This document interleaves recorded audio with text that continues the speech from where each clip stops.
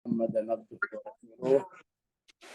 اللهم صل على حبيبنا وشفينا ومولانا أبي القاسم المصطفى محمد. اللهم صل على محمد وآل محمد. اللهم صل على محمد وآل محمد. اللهم صل على محمد وآل محمد وعلى آله وصحبه الميامين المنتجبين.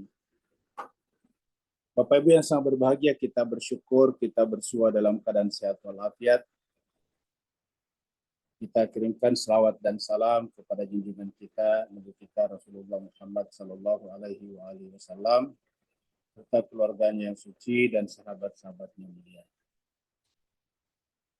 Pertemuan kita kali ini adalah meneruskan buku baru yang pada pertemuan yang lalu kita sudah angkat, yaitu buku Al-Asfarnya Mullah Sadra yang dibahas oleh Sayyid Hussein Nasr. Jadi kita akan membahas Al-Asfar, tetapi karena dibahas oleh orang lain, ya tentu hanya singkat-singkat. Aslinya Al-Asfar ini adalah 9 jilid. Sayyid Hussein Nasr nanti hanya meringkaskan kepada kita poin-poin penting daripada buku tersebut.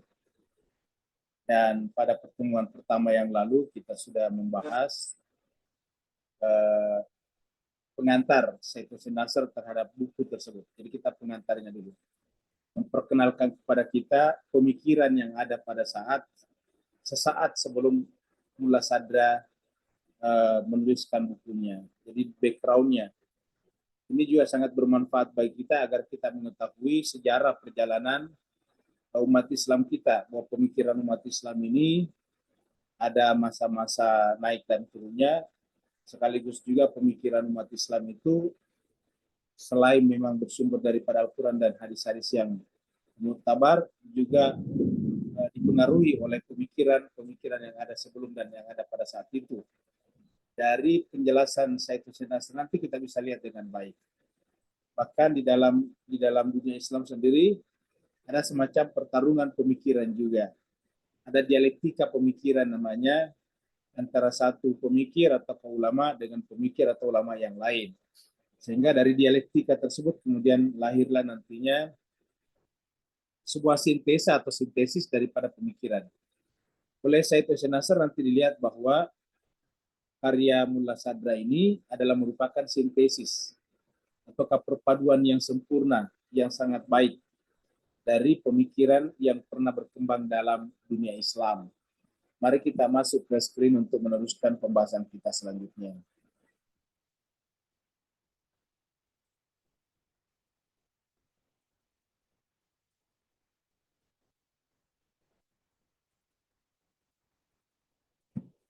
Ini adalah pertemuan kita yang terakhir, tanggal 11 November ya. Jadi ini adalah ke atas, ini adalah masih merupakan pengantar ya. Pengantar daripada buku ini, cukup lama ini, bab 1. Latar belakang intelektual, artinya bahwa background yang mendasari pemikiran Mullah Sadra, sehingga Mullah Sadra bisa lahir sebagai seorang pemikir yang begitu besar pada saat itu. Dan kita tahu bahwa ini adalah buku yang kita antar adalah buku ini. Jadi yang belum yang belum punya bisa beli langsung. Ini di Sadra ada dijual buku fisiknya.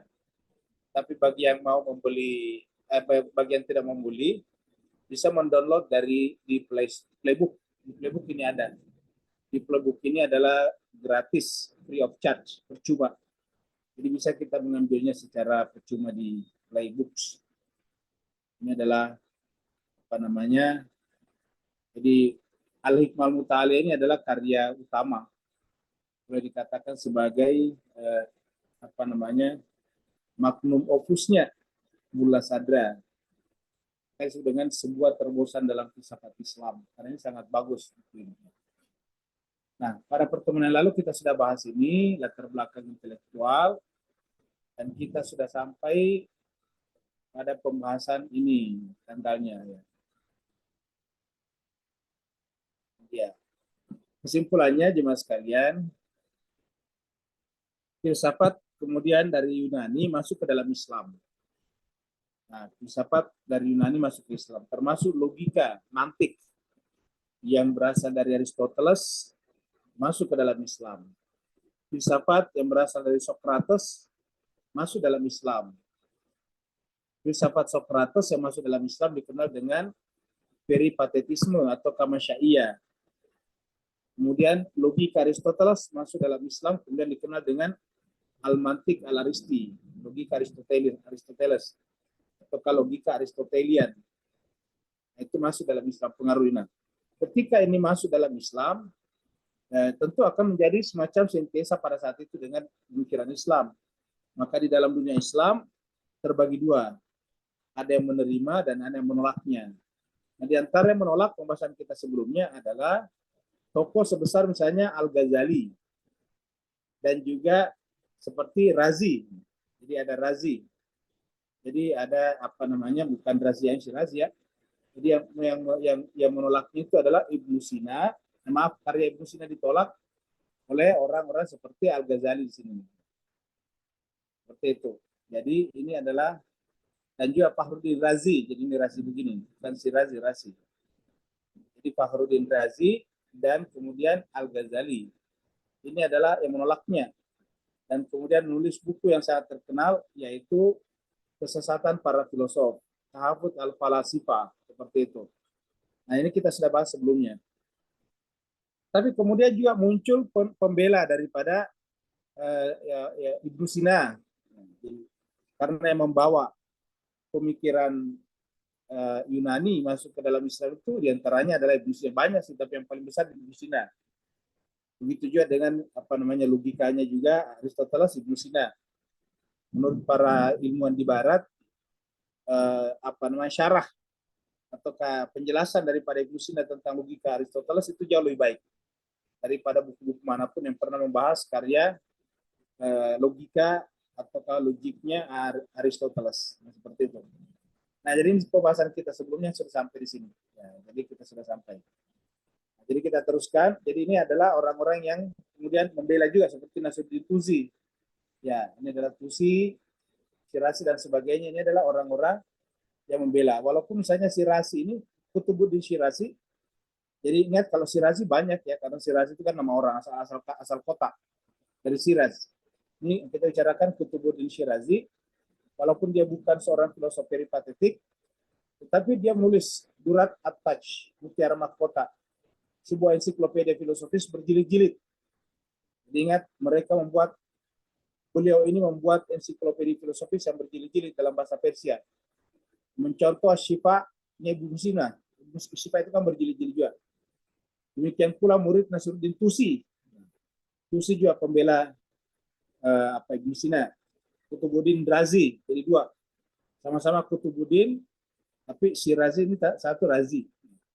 Yang pernah menulis Muhakamat, pengadilan. Jadi suatu penilaian memperbandingkan antara komentar Razi dan Tusi. Razi kita katakan tadi ini adalah penentang filsafat bersama dengan Al-Ghazali.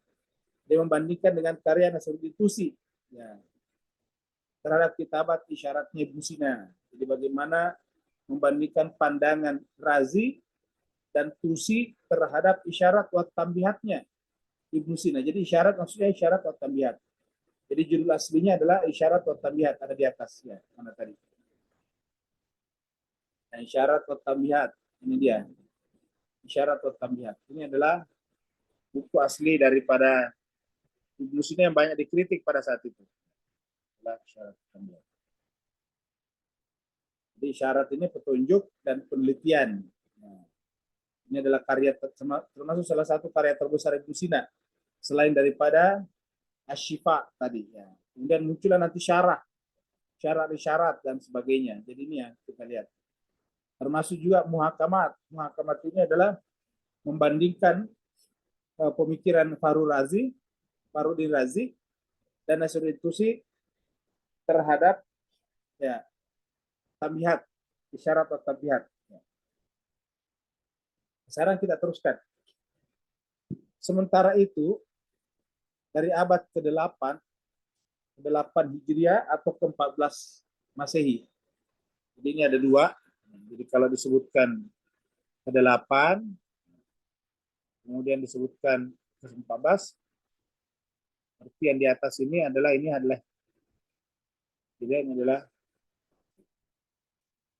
Hijriyah, ini adalah Masehi, Miladiyah. Biasa disebut dengan Miladiyah atau Masehi. Hijriyah, Miladiyah. Ini pakai lunar system, ini pakai solar system, ini pakai bulan, ini pakai matahari. Ke-8 Hijriah atau ke-14 Masehi. Ke depan, maksudnya ke sekarang. Jadi dari abad ke-18 dan seterusnya, kita artikan saja dan seterusnya, kota Shiraz, makanya nanti banyak ulama dari menjadi nama Shirazi karena banyak ulama tinggal di sana. Kota Shiraz dan sekitarnya menjadi pusat pengajaran filsafat. Termasuk nanti Mullah Sadra kan juga Shirazi juga. Jadi Mullah Sadra itu dari Shiraz juga. Jadi makanya Mullah Sadra juga Shirazi juga, ya gitu. Jadi kota Shiraz dan sekitarnya menjadi pusat pengajaran filsafat.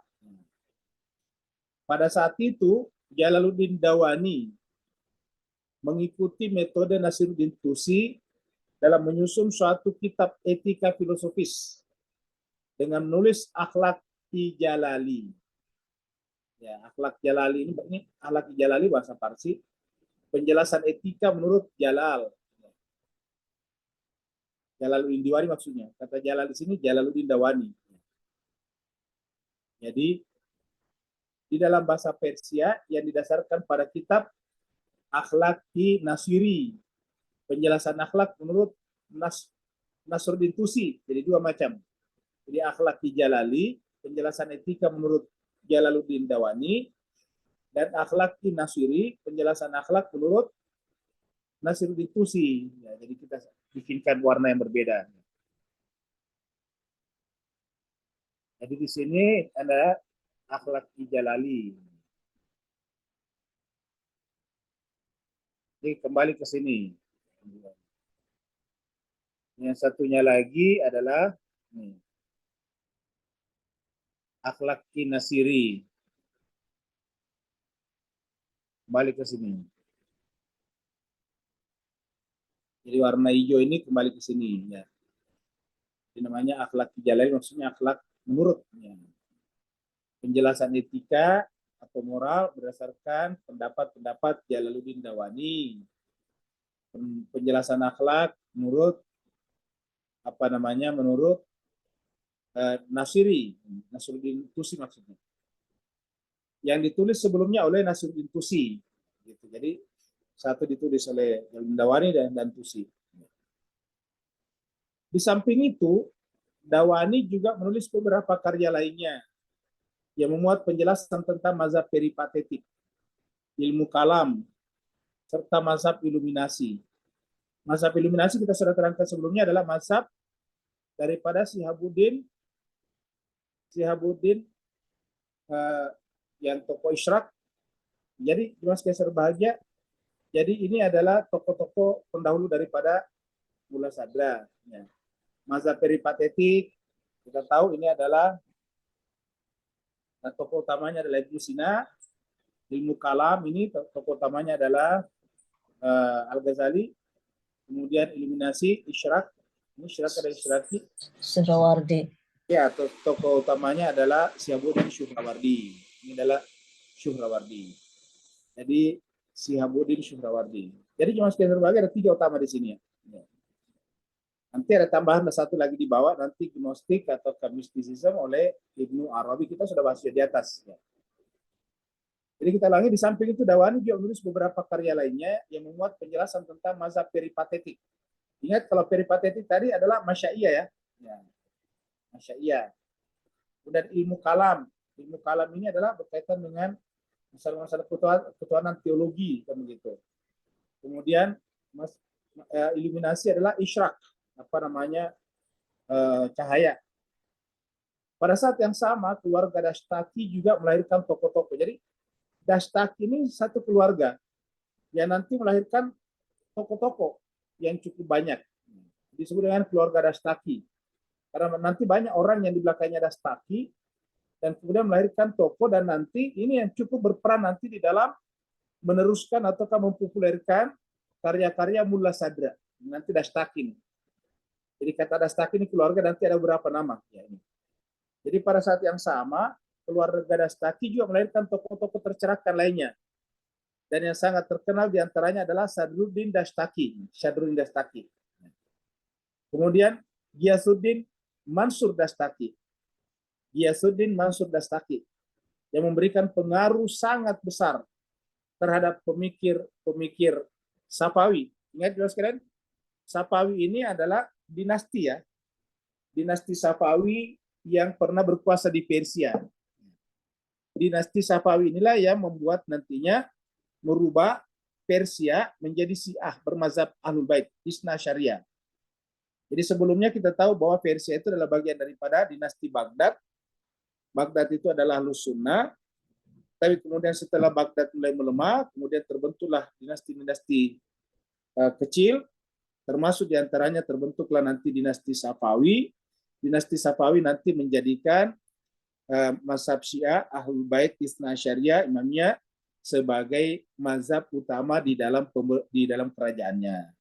Ingat Mas sekalian, dulu-dulu itu mazhab tergantung daripada penguasa. Ingat, mazhab tergantung penguasa. Kalau penguasanya misalnya Umayyah, ya mazhabnya mazhab Umayyah.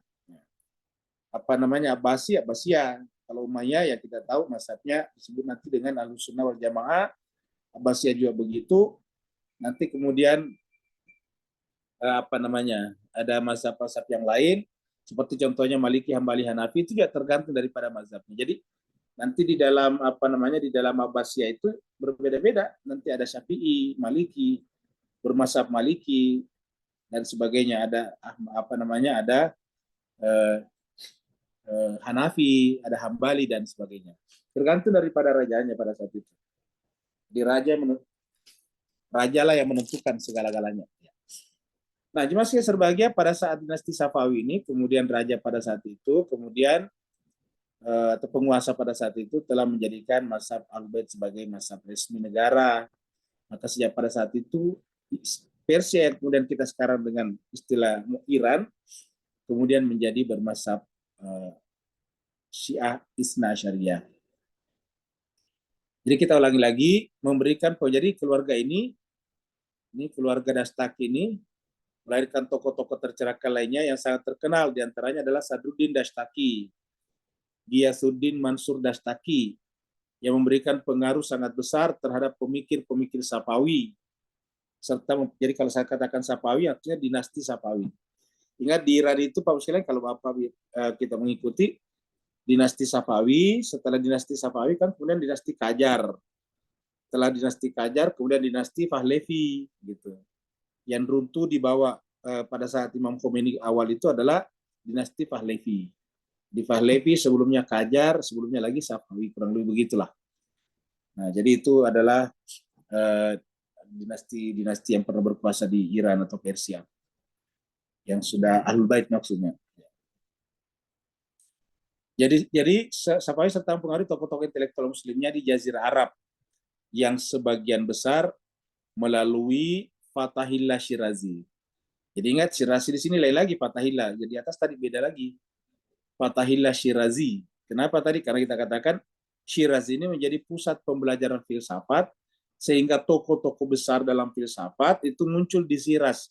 Jadi banyak sekali filosof besar yang di belakangnya bertuliskan Syirazi. Syirazi artinya berasal dari Syiraz.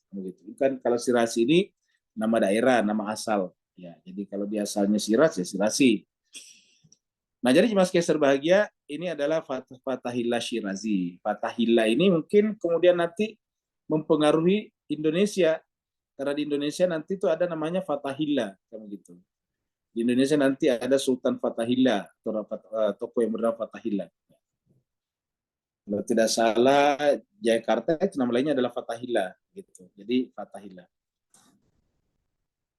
Jadi sebelum kita lanjut, kita sampaikan, jadi Bapak saya lihat bagaimana Islam pada saat itu berkembang. Melahirkan tokoh-tokoh besar, melahirkan karya-karya yang sangat besar.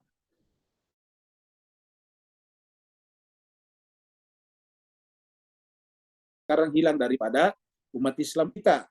mengalami degradasi atau penurunan yang luar biasa, mengalami penurunan yang luar biasa. Ya, sampaikan disindir-sindir oleh pendiri pertama negara Israel itu mengatakan, jangan khawatir, orang Islam itu tidak mungkin bisa mengetahui strategi kita karena dia malas membaca. Seperti itulah. Jadi inilah jemaah sekalian berbahagia karena tiba-tiba setelah beberapa abad ke belakang ini karya-karya besar tidak muncul lagi, bahkan mohon maaf ada semacam kejumudan di mana yang namanya umat Islam itu paling rendah minat membacanya. Jadi yang paling rendah minat membacanya sekarang di dunia adalah komunitas Islam diantaranya. Ya, negara-negara yang maju itu memiliki minat baca yang sangat tinggi, memiliki minat belajar. Kita lihat dalam Islam kita pun juga yang berkembang adalah Islam-Islam yang ritualistik namanya, yang mencari jalan pintas, shortcut, tidak mau, malas berpikir. Ya, karena malas berpikir, ya malas belajar. Karena untuk berpikir kan harus belajar. Nah, sehingga jemaah sekalian mohon maaf ini kita sampaikan, karena ini adalah kita bicara tentang fakta-fakta seperti ini. Ya. Jadi, kalau ingin mengembalikan kejayaan Islam, ya umat harus didorong kembali, dimotivasi, didrive, disupport untuk kembali menjadi pembelajar yang besar. Kita pernah sampaikan, kalau umat Islam ingin maju, hanya dua jalannya. Menjadi pembelajar keras atau pekerja keras. Cuma itu saja. Ya. Setelah kita lihat kasusnya sekarang Gaza, di mana-mana orang memboikot produk Israel, kalau kita baca itu hampir seluruh produk dari luar ada Israelnya, bayangkan. Produk kecantikan, produk rumah tangga, bahkan produk yang berkaitan dengan kamar mandi seperti sabun, sampo, dan sebagainya. Minuman, semuanya jemaah sekalian berbahagia. Nah, kenapa mereka bisa melakukan itu? Ya, karena jadi pekerja keras. Sedangkan kita ini hanya menjadi buruhnya mereka saja. Sehingga nanti ketika terjadi boikot seperti sekarang ini, ya memang juga cukup berpengaruh pada produk itu, tetapi yang diantaranya korban adalah kita juga. Kenapa? Karena banyak buruhnya dari kalangan kita. Seperti itu. Nah, jadi jemaah sekalian berbahagia, dengan demikian, kita pernah sampaikan bahwa kalau ingin melawan Israel atau mengalahkan Israel secara rasional dan secara substantif, perlawanannya tidak emosional tetapi rasional adalah dengan menjadi pembelajar keras dan menjadi pekerja keras. Cuma itu saja, tidak ada cara lain. Ya. Menjadi pekerja keras dan menjadi pembelajar keras adalah memenuhi wasiat Nabi yang mengatakan yang paling baik di antara kalian adalah yang paling banyak manfaatnya. Khairukum anfa'un nas, ya. Yang paling baik di antara kalian adalah yang paling bermanfaat bagi manusia. Ya. Jadi kalau kita tidak manfaat, ya seperti itu tadi. Dan manfaat itu tergantung daripada dua tadi. Keterampilan kerja dan kemudian keterampilan pengetahuan. Nah, tulisan-tulisan keluarga Dastaki, ini tulisan keluarga Dastaki, hampir semuanya belum ada yang diedit. Jadi masih asli. Meskipun manuskripnya yang masih bagus terdapat di anak benua Asia. Anak benua Asia ini sekitar India dan sekitarnya. Persia, Turki. Ya. Jadi ilmu-ilmu Islam kebanyakan dulu berputar di sini. Yang masuk ke Asia Tenggara pun jarang. Kita sampaikan bahwa pernah masuk ke Asia Tenggara atau Nusantara lah, kita sebut saja Nusantara pada saat itu, yang meliputi mulai daripada Champa di sana, Kamboja, sampai ke bawah Indonesia, sekarang masuk sampai kepada pulau-pulaunya seperti Pulau Bali dan sebagainya. Pernah masuk yang disebut dengan pengaruh filsafat Ibnu Arabi, tetapi kemudian dihentikan di tengah jalan. Jadi kita tahu bahwa ada beberapa tokoh dulu yang cukup mengajarkan karya-karya Ibnu Arabi, seperti misalnya Hamzah Pansuri, misalnya Samsudin Sumatrani. Kalau di Pulau Jawa ada seperti misalnya Sesti Jenar. Tetapi ini kemudian disesatkan. Akhirnya kemudian buku-buku karya mereka banyak yang dibakar pada saat itu di depan istana. Nah, seperti itu. Ini yang disebut dengan tasawuf falsafi. Akhirnya kemudian yang berkembang apa? Ya tasawuf hanya versi Al-Ghazali, yang disebut dengan tasawuf sunni, yang paling menentang filsafat. Akhirnya apa yang terjadi jemaah sekalian berbahagia? Kita lihat, maka kita di Asia Tenggara pun juga tidak ada karya-karya yang cukup monumental, bahkan di Asia Tenggara atau ke Nusantara ini termasuk wilayah yang paling lama dijajah oleh negara Barat. Karena itu tadi, tingkat pengetahuan kita juga rendah. Dan ini selalu terjadi. Jadi kerendahan pengetahuan itu mengundang penjajahan, mengundang kolonialisme, mengundang penguasaan pihak lain. Ya, seperti itu. Seperti contohnya misalnya karena lemahnya dinasti Turki Utsmania, Turki Ottoman, akhirnya kan kemudian dikalahkan oleh Inggris pada Perang Dunia Pertama. Nah, kekalahan dinasti Turki Utsmania pada Perang Dunia Pertama kemudianlah menjadi inilah pintu masuknya Israel ke Palestina sekarang.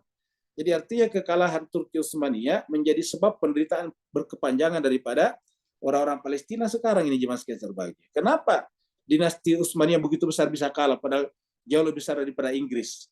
Kenapa bisa kalah daripada di Perang Dunia Pertama? Sederhana, Inggris dan beberapa negara Eropa mati-matian mengembangkan sains dan pengetahuan sehingga mereka menciptakan senjata-senjata yang otomatis yang mematikan. Sedangkan dinasti Turki Utsmania hanya diisi oleh ulama-ulama yang hanya berbicara tentang masalah-masalah ritualistik saja. Yang ada di sana hanyalah pengamal zikir, tarekat dan sebagainya. Sehingga kemudian ketika berperang ya nggak punya alat, dia tidak punya dia tidak punya senjata. Nah, ketika berhadapan dengan negara yang punya senjata begitu canggih, ya tentu kalah. Dan Bapak Ibu sekalian ini melihat juga di Gaza sekarang, ya. Kenapa Gaza bisa begitu gampang dibombardir atau dirusak oleh Israel? Sederhana, karena Israel pakai pesawat-pesawat tempur buatan Amerika yang bernama F-16 dan F-35. Ya ini tidak bisa dikejar oleh rudal-rudalnya Hamas, seperti itu jemaah sekalian. Nah itu pun masih bersyukur karena Hamas sekarang sudah punya rudal-rudal yang lumayan lah. Ya, tetapi dulu mereka cuma pakai ketapel, pakai lemparan-lemparan batu saja. Nah, jadi intinya jemaah sekalian, pengetahuan sangat penting. Sekali lagi pengetahuan sangat penting. Tidak ada cara untuk mengangkat kembali harkat dan martabat umat kecuali dengan pengetahuan. Tidak ada. Ya, kita tidak bisa membypass ini masalah dengan hanya mengandalkan doa-doa saja dan zikir-zikir.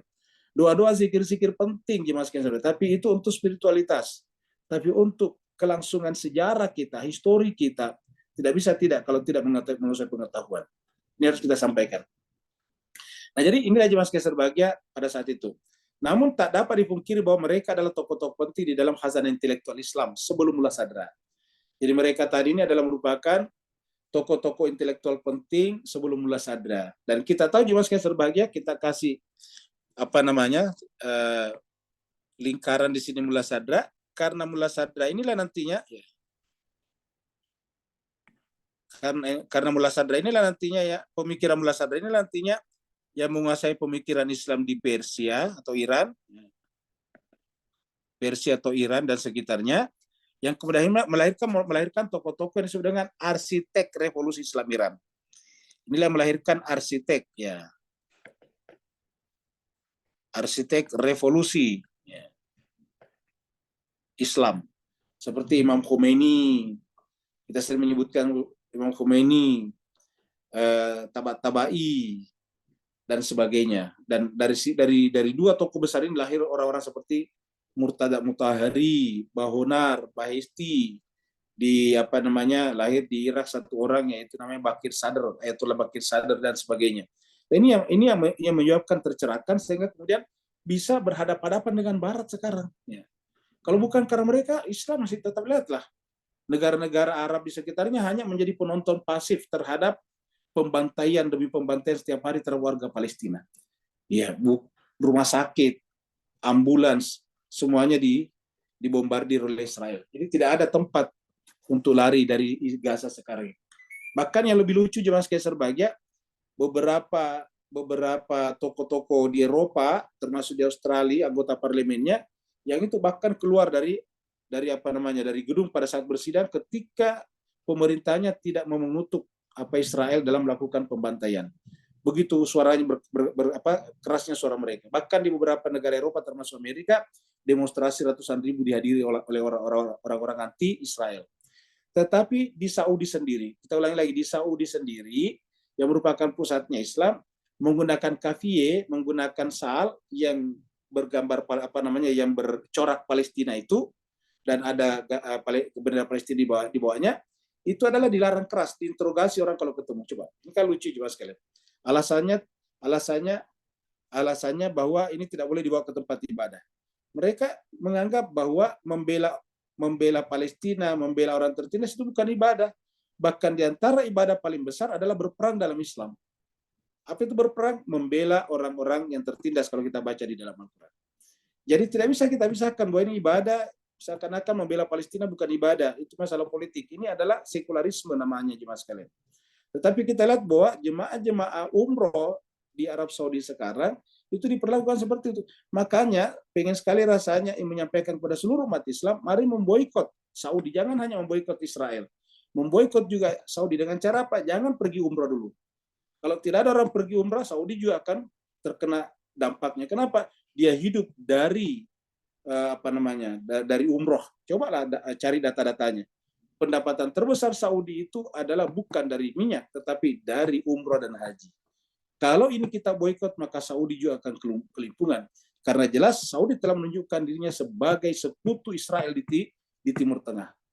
Bukan hanya jemaah jemaah umroh yang diinterogasi, Bapak Ibu sudah baca semuanya beritanya. Bahkan tokoh yang terkenal dari Inggris itu yang seorang seorang seniman artis pun juga diinterogasi. Bahkan pada saat yang sama ketika Houthi misalnya Ansarullah meluncurkan rudal-rudal untuk masuk ke Israel supaya memberikan tekanan kepada Israel supaya menghentikan, itu kan rudal-rudal ini sebetulnya adalah untuk menekan Israel supaya menghentikan gerakannya di Gaza yang sampai sekarang tidak dilakukan. Tetapi rudal-rudal itu justru dicegat oleh Saudi, jemaah sekalian berbagai.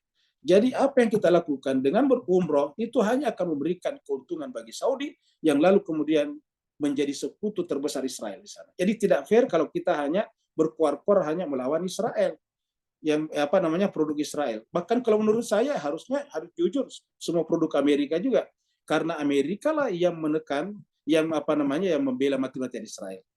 Kita tahu bahwa pada tanggal 8 Oktober, satu hari setelah Hamas mengambil Sandra itu tanggal 7 Oktober, itu Amerika sudah mengirim 2 kapal induk ke sana, memberikan bantuan militer dan uang kepada Israel. Jadi harusnya kalau kita mau jujur, kalau mau memboikot, ya bukan hanya produk yang terkait dengan Israel, tapi juga seluruh produk yang terkait dengan Amerika harusnya kita hentikan. Kalau mau jujur, tapi kita sudah sampaikan di sini bahwa terkadang memboikot seperti itu adalah emosional sifatnya, di mana terkadang yang rugi adalah kita sendiri. Ini harus kita pikirkan baik-baik, Bapak Ibu sekalian. Itulah sebabnya bentuk memboikot seperti ini hanya emosi massa. Artinya massa itu masyarakat, dan itu bisa dipahami. Tapi sampai sekarang tentu tidak ada fatwa dari ulama-ulama marja'iyah misalnya. Nah, jadi intinya adalah jemaah sekalian berbahagia bahwa ini pentingnya kecerdasan intelektual agar kita benar-benar bisa tercerahkan seperti dikatakan tadi di atas ini. Ya. Jadi tadi ada di atas ini adalah keluarga Dastaki ini ya.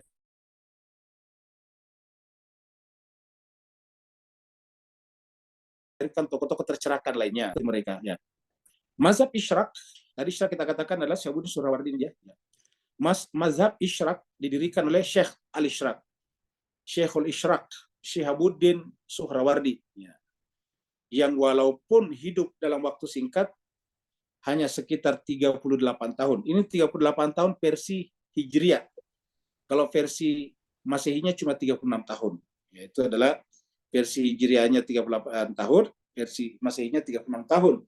Kenapa dia singkat? Ya karena dia dibunuh. Kenapa bisa dibunuh? Ya difitnah oleh sesamanya ulama juga. Ya. Karena dia dipakai oleh anak daripada penguasa pada saat itu. Ya, penguasa pada saat itu adalah Salahuddin Al-Ayyubi, kemudian punya anak yang memegang satu jabatan gubernur di daerah Halab, kalau tidak salah itu namanya Malik Az-Zahir.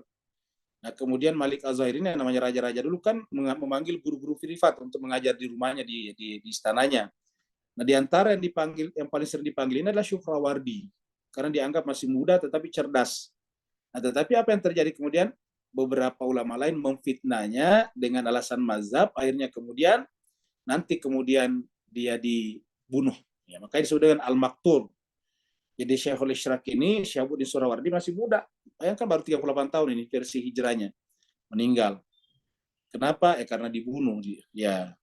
Makanya nanti disebut dengan Al-Maktul. Ya. Tetapi dia telah berhasil membangun. Jadi walaupun masih muda, walaupun usianya singkat, tetapi berhasil membangun sebuah aliran pemikiran baru. Berhasil membangun sebuah aliran pemikiran baru dan memberikan pengaruh yang sangat besar di daerah-daerah Timur Islam.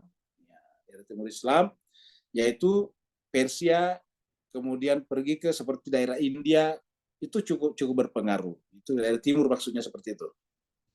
Kalau yang barat itu seperti misalnya Maroko, Aljazair dan sebagainya. Suhrawardi juga secara khusus memberikan pengaruh pada Mullah Sadra. Ingat tadi. Karena nanti Mullah Sadra itu di basis berpikirnya atau background pemikirannya adalah di sana ada peripatetisme, yaitu Masyaiyah oleh Ibnu Sina. Di sana ada Isyraqiyah, iluminasi, yaitu Suhrawardi. Di sana juga ada agnostikisme, yaitu Ibnu Arabi. Ya, jadi itu pengaruh-pengaruh yang berpengaruh pada Ibnu Sina Mullah Sadra. Jadi termasuk Mullah Sadra ini berpengaruh pada Suhrawardi berpengaruh pada Mullah Sadra. Maka nanti misalnya pada saat Mullah Sadra berbicara tentang wujud misalnya itu adalah bergradasi, nah itu pasti pengaruh Suhrawardi. Karena cahaya itu kan bergradasi dari puncaknya, dari sumbernya.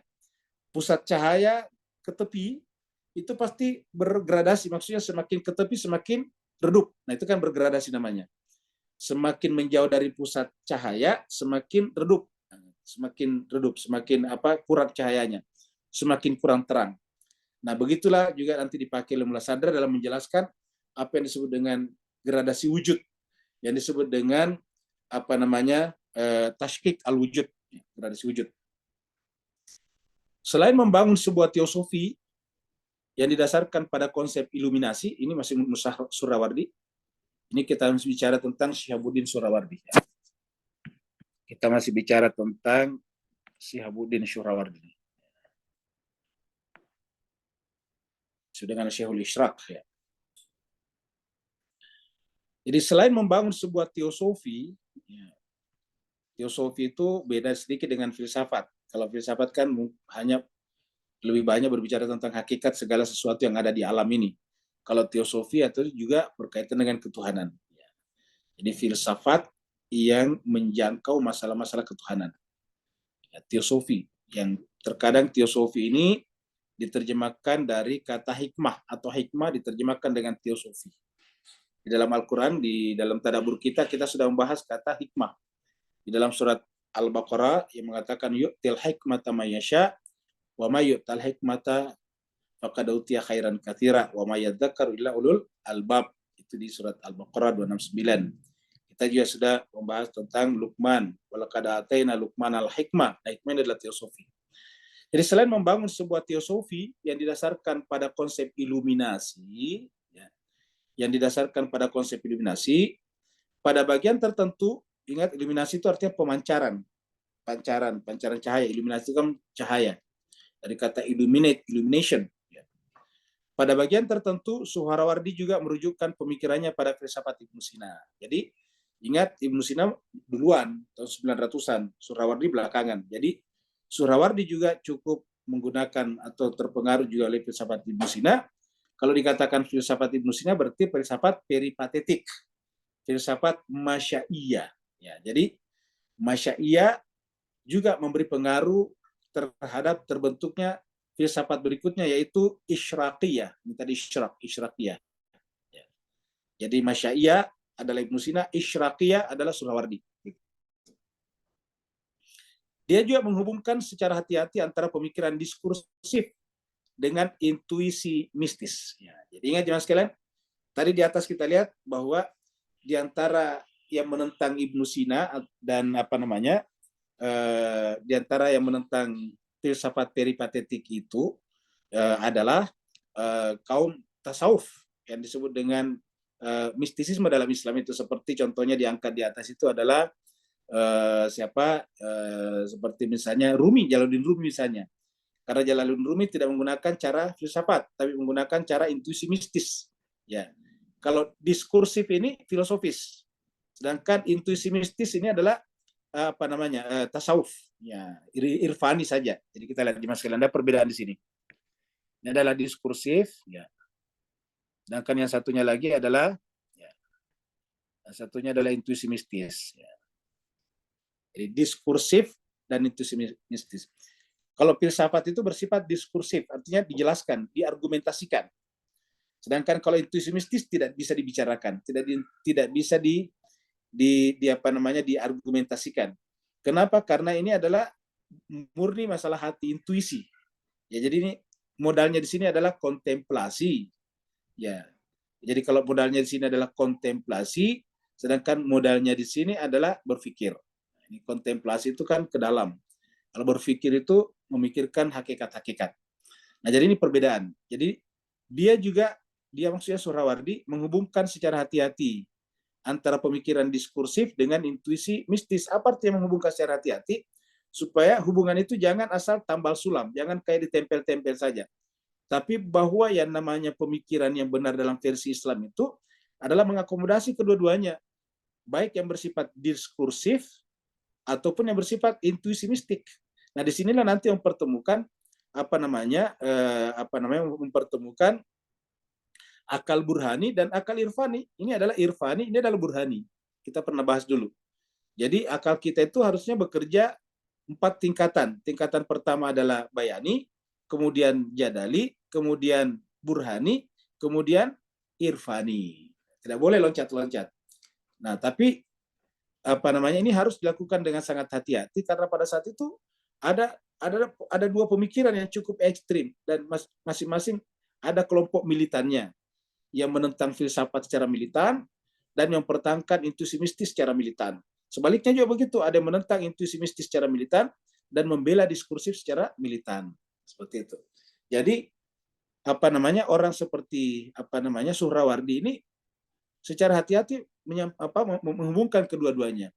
Nah, salah satu nantinya jemaah sekalian berbahagia yang menyebabkan Suhrawardi nantinya itu nanti difitnah adalah dianggap karena itu tadi mengajarkan pemikiran bersifat diskursif, ya tidak bersifat intuisi mistik murni saja, tapi dia mengajarkan juga filsafat. Nah, yang pada saat itu mulai banyak ditentang. Apalagi ingat Malik Az-Zahiri itu adalah mazhab Sunni, ya. Karena Malik Az-Zahiri ini adalah putra daripada putra daripada Salahuddin Al-Ayyubi.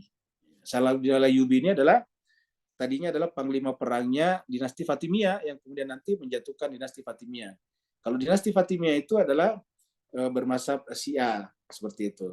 Kemudian nanti dihentikan, digulingkan dan diganti oleh dinasti Ayyubiyah namanya, oleh Salahuddin Al-Ayyubi. Nah, Salahuddin Al-Ayyubi menjadi sangat populer setelah memenangkan perang salib ya di Palestina sekarang juga. Ingat Mas Salahuddin Al-Ayyubi itu adalah orang Kurdi, ya, dia adalah orang Kurdi. Mazhab yang didirikan oleh Suhrawardi dalam waktu singkat diminati oleh banyak penafsir. Jadi walaupun dia masih muda, ingat meninggal 38 tahun, umur 38 tahun, artinya usianya masih muda baru meninggal, artinya karyanya tentu tidak sebanyak yang lain, tapi sudah sangat fundamental. Karyanya sudah sangat fundamental, sangat sangat mendasar. Nah, sehingga kemudian walaupun usianya Suhrawardi singkat, tapi karyanya diminati oleh banyak penafsir dan diikuti oleh banyak pemikir. Jadi banyak yang menjelaskan, yang mensyarah karya-karyanya. Kata penafsir itu banyak mensyarah, memberikan penjelasan atas karya-karyanya, dan kemudian banyak pemikir nanti yang kemudian ikut kepada mazhab Isyrakiyah nantinya ini. Seperti itu. Salah seorang yang banyak menulis tentang riwayat hidup Suhrawardi yaitu Syamsuddin Syahrazuri. Jadi salah satu orang yang banyak menulis tentang riwayat hidup Suhrawardi adalah Syamsuddin Syahrazuri. Juga telah menulis sebuah komentar terhadap karya terpenting Suhrawardi, Hikmah al-Ishraq. Jadi ini adalah karya utamanya Suhrawardi. Jadi ini tadi disebut dengan gelarannya Syekhul Ishraq.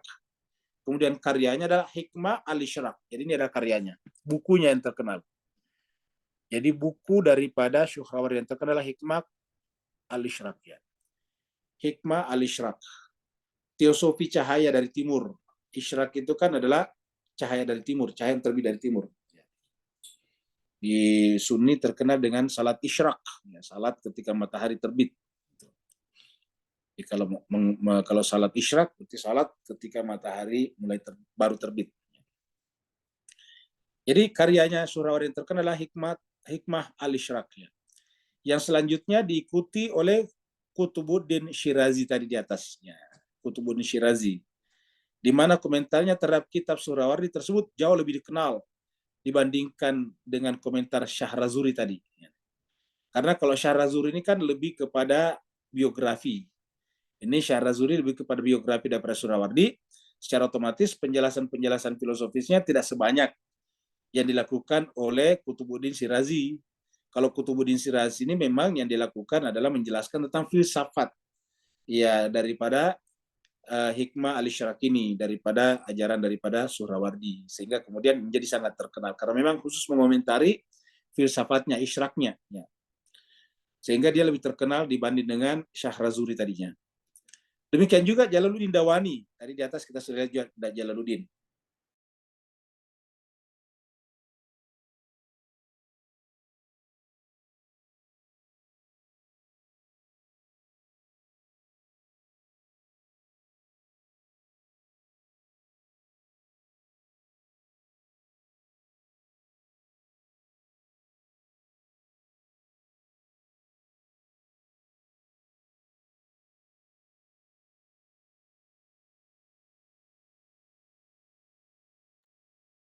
Telepon Kak, suaranya kayak beberapa. Iya nih.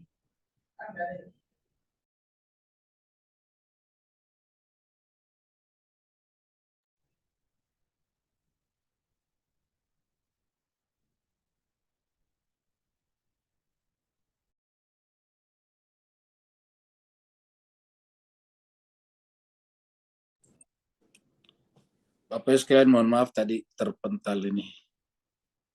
Kita masuk ke screen lagi.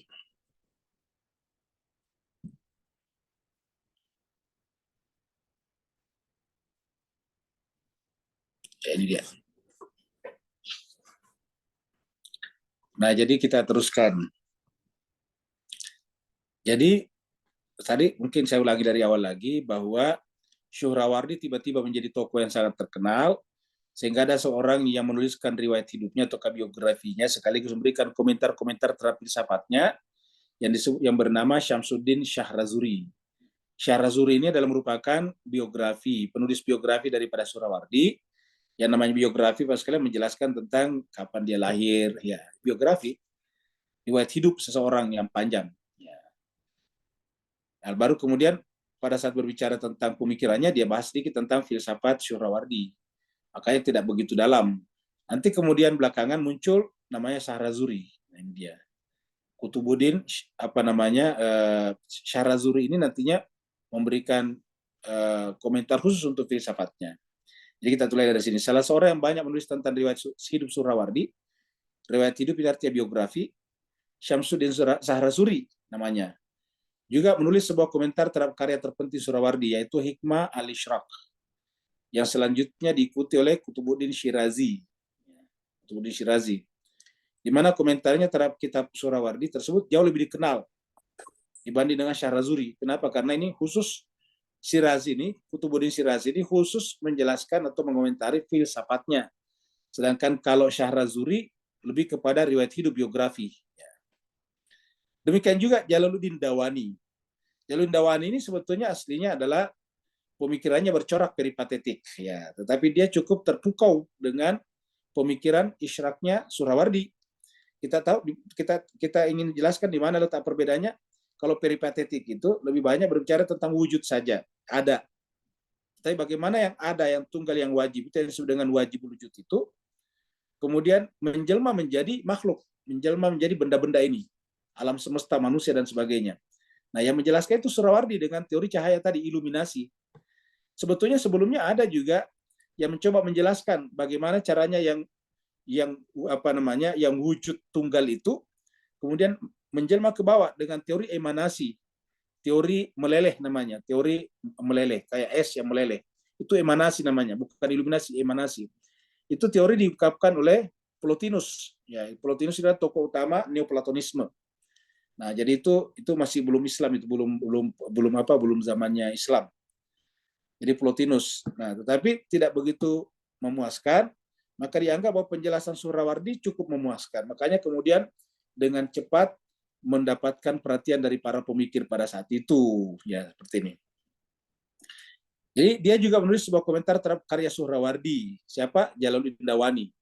Jadi Dawani ini juga walaupun dia memiliki filsafatnya bercorak peripatetik, tapi dia cukup terpukau dengan filsafat isyraknya Suhrawardi, sehingga kemudian menulis sebuah buku yang mengomentari karya Suhrawardi yang berjudul Haikal An-Nur, ya. Hayakil, ya, dari kata haikal, hayakil, An-Nur, ya. Kuil-kuil cahaya, haikal cahaya, ya. Bahkan Nasiruddin Tusi, nah ini kita mulai masuk. Nasiruddin Tusi yang mendahului Dawani, yang kita sudah angkat di atas, yang menghidupkan kembali filsafatnya Ibnu Sina. Ya, ini adalah Tusi setelah Ibnu Sina babak belur dihantam oleh para ahli ilmu kalam seperti seperti Al-Ghazali, Razi dan sebagainya. Lalu kemudian dihidupkan kembali oleh Nasiruddin Tusi. Ya, Nasiruddin Tusi mendahului Dawani, artinya lebih tua umurnya. Dalam beberapa aspek pemikiran-pemikirannya juga dipengaruhi oleh Suhrawardi. Jadi Tusi sendiri sudah dipengaruhi oleh Suhrawardi. Ya. Jadi ini Tusi termasuk juga filosof besar. Mullah Sadra sendiri sangat mengenal tradisi ini. Jadi Mullah Sadra sendiri sangat mengenal tradisi ini. Dia bahkan nulis sebuah komentar terhadap komentar Hikmah al-Ishraq. Jadi Mullah Sadra sendiri sangat mengenal tradisi ini, tradisi yang yang mendahulunya, termasuk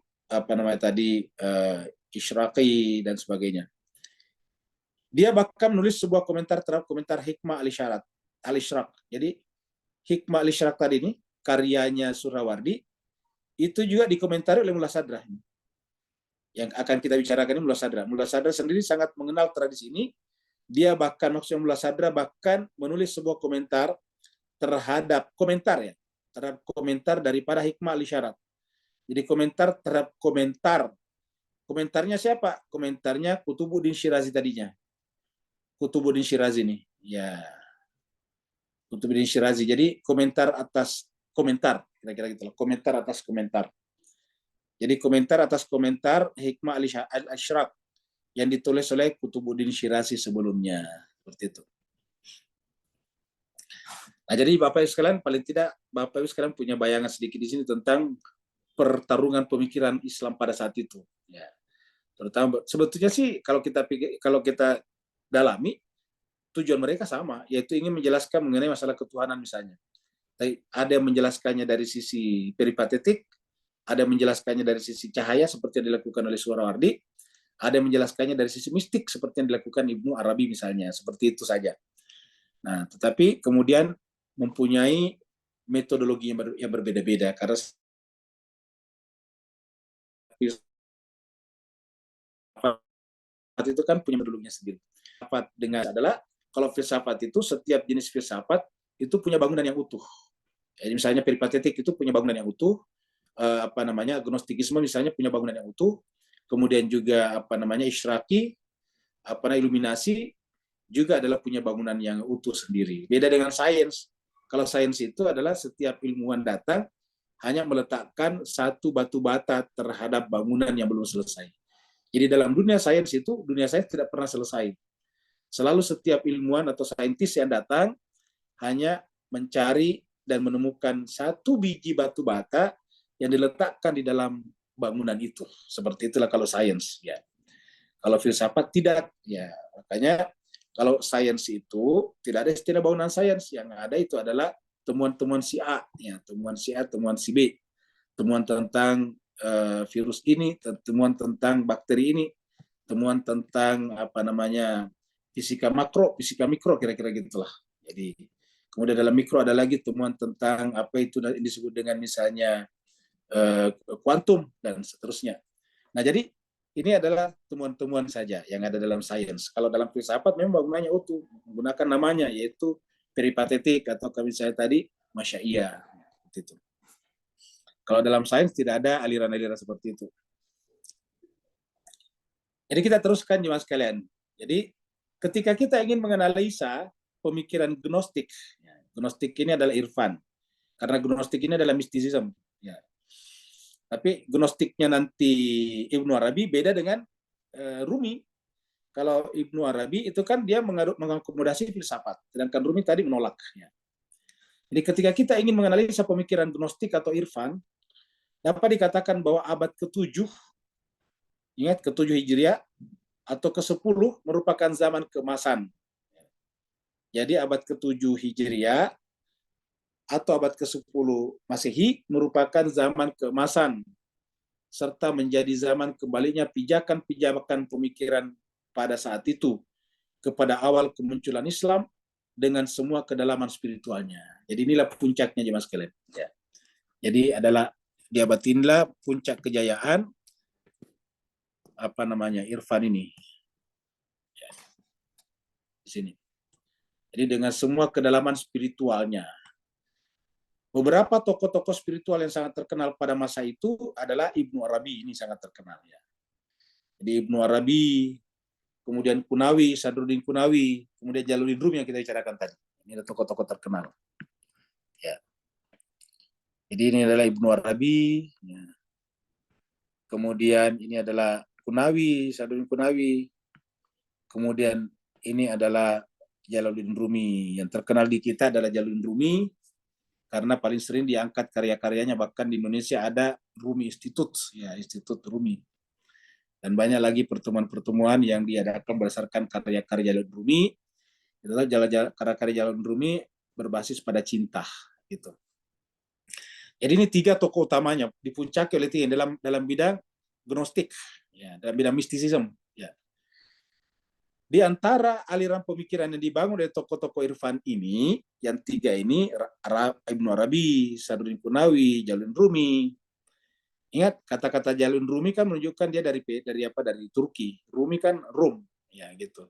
Tapi Ruminya yang berbatasan dengan Persia, jadi dia berbahasa Parsi juga. Jadi tapi kata Rumi sendiri kata Romawi, ya. Sedangkan Ibnu Arabi walaupun ada kata Arabnya, dia kelahiran Cordoba. Jadi di antara aliran pemikiran yang dibangun oleh tokoh-tokoh Irfan ini, Mulla Sadra khususnya sangat dipengaruhi oleh doktrin dan pemikiran Ibnu Arabi. Jadi dipengaruhi doktrin Ibnu Arabi.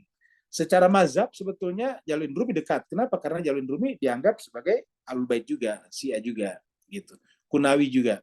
Tapi Ibnu Arabi ini Sunni, ya. Ini Sunni karena dia basisnya di mana, di Cordova. Cordova itu Sunni. Walaupun ada beberapa pemikir Syiah yang mengklaim bahwa dia lebih dekat kepada Syiah pemikirannya. Tetapi kalau dari sisi lihat daripada daerahnya, dia adalah Sunni, gitu. Tetapi sayangnya di Sunni jarang dipakai. Ingat, jemaah sekalian, di Sunni Ibnu Arabi tidak populer. Yang populer siapa? Al-Ghazali. Ya, jadi yang populer di Sunni kalau mistisisme itu adalah Al-Ghazali. Ya. Sedangkan Ibnu Arabi tidak populer. Itulah nantinya kemudian kenapa Ibnu Arabi terkadang diidentikan dengan orang Syiah. Kenapa? Karena karya-karyanya justru banyak digunakan oleh ulama-ulama dan pemikir-pemikir Syiah seperti itu. Nah, termasuk diantaranya di sini Mulla Sadra. Disebutkan dengan jelas di sini bahwa Mulla Sadra khususnya sangat dipengaruhi oleh doktrin dan pemikiran Ibnu Arabi. Ya, seperti itu. Melalui murid langsung Ibnu Arabi, ya, muridnya Ibnu Arabi yaitu Sadruddin Kunawi. Ya. Ada yang mengatakan sekali bahwa Sadruddin Kunawi ini adalah anak tiri daripada Ibnu Arabi. Ya. Jadi Ibnu Arabi menikah lagi seorang wanita yang punya anak namanya Kunawi. Dari kecil dialah Ibnu Arabi yang memeliharanya seperti anaknya sendiri, sehingga kemudian dia sangat dekat hubungannya dengan Ibnu Arabi sehingga bisa menyerap ilmunya Ibnu Arabi. Bukan hanya menyerap ilmunya, tapi menyerap juga disebut dengan aura spiritual daripada Ibnu Arabi, seperti itu. Jadi melalui murid langsung Ibnu Arabi yaitu Sadruddin Kunawi, juga melalui beberapa tokoh yang menulis komentar terhadap tulisan-tulisan Ibnu Arabi, semisal Sa'aduddin Farghani, Mu'ayyiduddin Jandi, Abdul Razak Kashani, Daud Kaisori, dan Abdul Rahman Jami. Ya, jadi ini kita kasih tanda tokoh-tokoh ini. Walaupun tidak populer di kita, tetapi ini tokoh ini perlu kita paling tidak kita ketahui bahwa ini adalah orang-orang yang nanti mempopulerkan karya-karya Ibnu Arabi. Ya, di Kunawi kita sudah tanda di sini, yang belum adalah ini adalah Sa'aduddin Farghani. Ya. Kemudian ya, Mu'ayyiduddin Jandi. Kemudian Abdul Razak Kashani. Kemudian Daud Kaisari. kemudian Abdul Rahman Jami. Jadi ada beberapa tokoh yang muncul dari Ibnu Arabi ini. Melahirkan ulama-ulama yang populer, yang terkenal. Jadi kita ulangi lagi, melalui murid langsung Ibnu Arabi, seperti Sadruddin Kunawi, juga melalui beberapa tokoh yang menulis komentar terhadap tulisan-tulisan Ibnu Arabi, semisal Sa'aduddin Farghani, Mu'ayyiduddin Jandi, Abdul Razak Kashani, Daud Kaisari, dan Abdul Rahman Jami. Mazhab Irfan ini berkembang begitu pesat. Ya, jadi mazhab Irfan ini berkembang begitu pesat, yang tanpa mengenal ajaran mazhab ini, pemikiran Mullah Sadra pun akan sulit dipahami. Nah, perhatikannya Mas kalian. Jadi kalau kita tidak memahami pemikiran Ibnu Arabi, kita juga akan kesulitan memahami pemikiran Mullah Sadra. Kalau kita tidak memahami mistisisme atau gnostikisme daripada Ibnu Arabi, kita susah memahami pemikiran Mullah Sadra.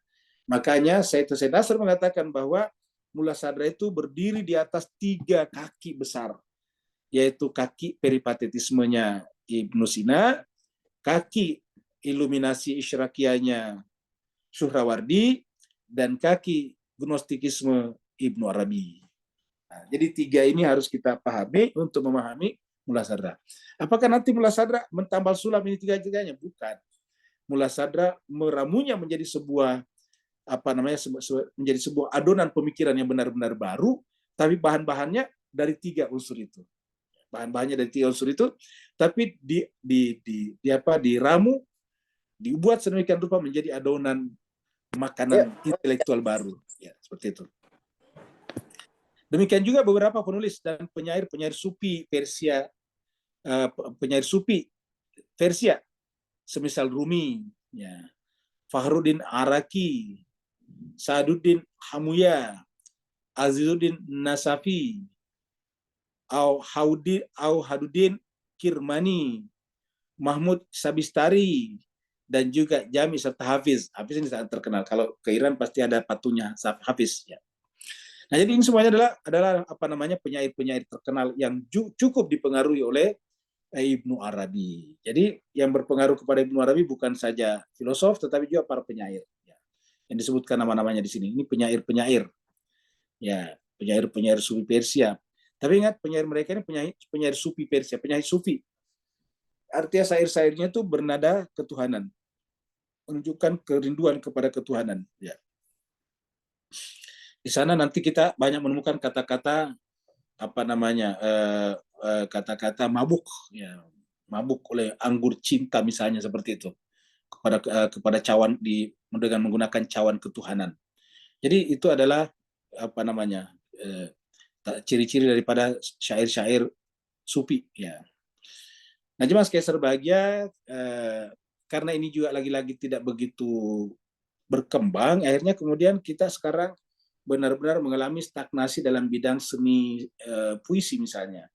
Puisi-puisi yang tidak bercorak ketuhanan itu kan cenderung bersifat melankolis belaka saja. Ya. Nah, tidak bersifat teologis. Nah, sedangkan puisi-puisi yang menarik itu yang bersifat teologis. Ya, inilah menyebabkan kenapa puisi-puisi Rumi diminati oleh banyak orang, termasuk di negara-negara Barat sekarang. Bahkan di Barat sekarang ada namanya Rumi Society. Jadi semacam perkumpulan orang-orang yang menggemari puisi-puisinya Jalaluddin Rumi. Ya. Gitu. Artinya bahwa para pemikir-pemikir Islam ini punya pengaruh yang sangat besar. Cuma itu tadi lagi-lagi tidak berkembang. Nanti kita mulai tersadarkan kembali setelah selesai revolusi Islam Iran, kita kemudian banyak orang di dunia tiba-tiba kaget, kok bisa tiba-tiba ulama bisa memimpin revolusi. Yang namanya ulama tadinya kan tidak cakap dalam politik, tidak cakap dalam pemikiran dan sebagainya. Tapi begitu kemudian muncul revolusi Islam Iran dan karya-karya para arsitek revolusi Islam ini diterjemahkan, orang baru kagum. Kenapa? Karena orang seperti misalnya Murtada Mutahari, ya itu adalah membahas filsafat, bahkan menjelaskan tentang Marxisme dengan sangat fasih. Dibahas Marxisme dengan sangat dalam, detil, rinci, lalu kemudian diberikan kritik-kritik yang membangun, luar biasa. Ini tidak pernah kita temukan ulama seperti itu sebelumnya. Kalau ulama lain kan mengatakan pokoknya yang namanya Marxisme itu haram, tidak boleh dibaca bukunya, kan begitu. Tapi beda dengan Murtada Mutahari, justru menganjurkan kita membaca bukunya. Dia juga baca bukunya, baru kemudian dijelaskan di mana kekurangan-kekurangannya, di mana masalah-masalahnya. Dia baca A to Z-nya daripada karya-karya Marxisme, baru kemudian dia memberikan kritikan-kritikan yang positif, yang berarti di sana. Nah, inilah sebut harusnya para ulama seperti itu.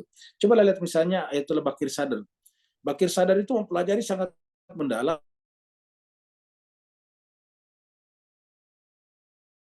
kenal daripada Marxis tentang tentang ya.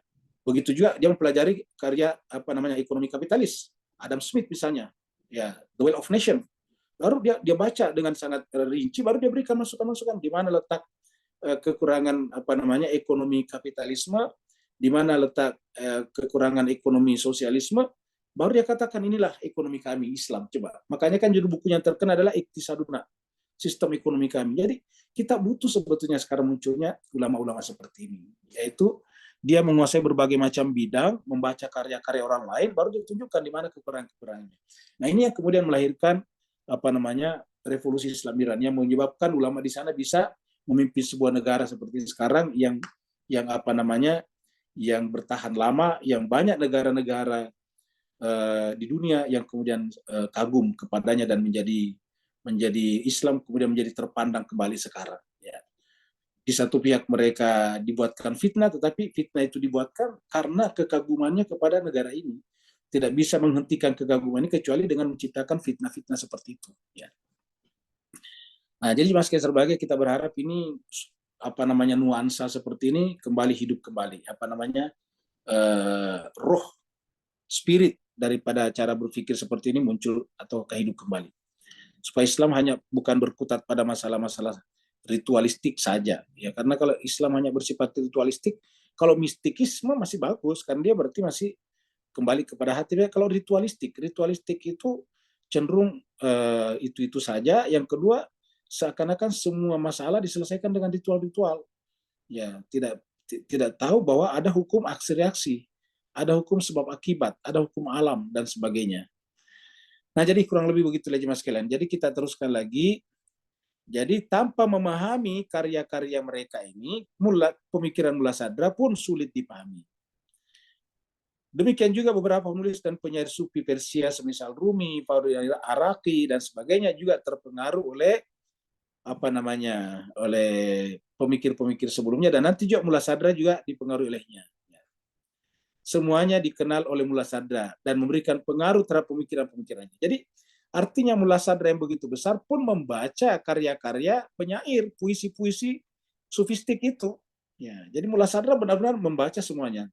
Tidak ada yang luput dari perhatiannya. Ya, bayangkan tadi 3 kaki filsafat yang sangat besar. Ya, itu dikuasai, dilahap oleh Mullah Sadra. Begitulah juga dengan syair-syair mistisisme ini juga dibaca oleh Mullah Sadra.